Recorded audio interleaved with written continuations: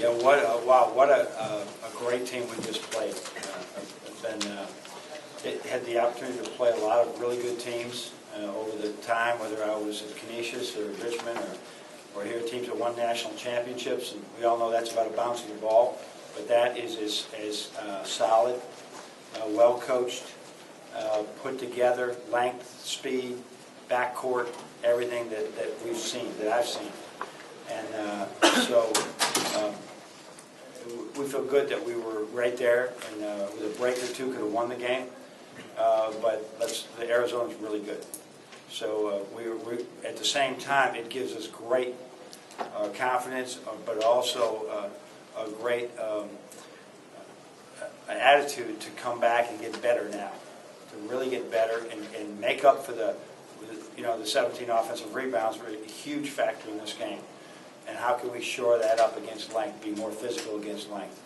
So we'll move forward from it. Our kids are all on the same page. I thought we made a major stride today, even in defeat, of us getting better. Down in front with Chris.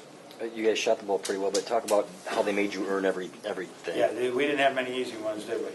I was really 47% against them was good, especially given the number of threes that we normally take. But they did a great job. I would say offense was not the issue. Getting the stops. First half, we did a much better job.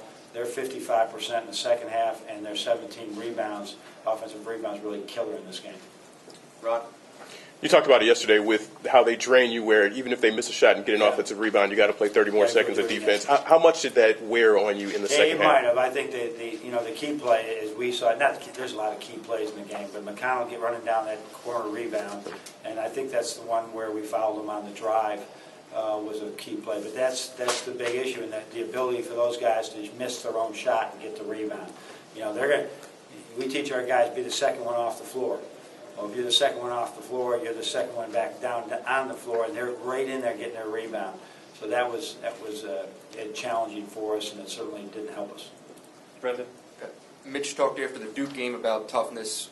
Horford today talked about this was a matter of toughness on rebounding. How do you teach? Well, we have to do it once again. We're in rotations a lot, and it's part of today's game. And I think we made major steps in that area today. Now, some of that toughness is in the weight room, and that takes time. Others areas is just a focus of being mentally tough to stay with the box out, stay with your man, do different things like that. So it's not about right now, hey, we're going to go out there and slam somebody. We're just talking about we got to be mentally tougher and then be just a little bit more physical in what we do defensively. Down front left with Daniel. What was the difference between Glenn kind of taking over in the first half and then not getting many quality looks at all in the second half? Well, like I said, offense. We were scoring in our offense. We shot 47%, and we were just looking where the gaps where we could get the right things. And one of the reasons that Glenn was really successful, and this is really key for us, is that we were able to get stops in the first half and run the floor. And that's a big part of what he does so well. I couldn't get a lot of stops. But really, we didn't do anything really differently than we did in the first half. We scored the ball. We couldn't stop. On your right with Nick. John, you guys have had 4 pretty tough losses, but it seems like every time we talk to these guys, players-wise, they're ahead. They're still connected, but they're down because we practice really hard and we want to see results. But we have to just continue to understand that these little things, the devil in the details of getting better is huge. And I told the guys if this was 2 weeks ago and this was Duke here or somebody else, we don't play to a last possession game. We weren't ready for that at that time. We're getting better, but we're certainly going to have to play a perfect game against Arizona. Are there heads where you want them to be? Yeah, I think so, given it's you ask a coach that question, Nick, and that probably is never there where you want them to be. And especially, with when you don't have a lot of really cagey veterans, you're always working. How can we speed up this veteran attitude?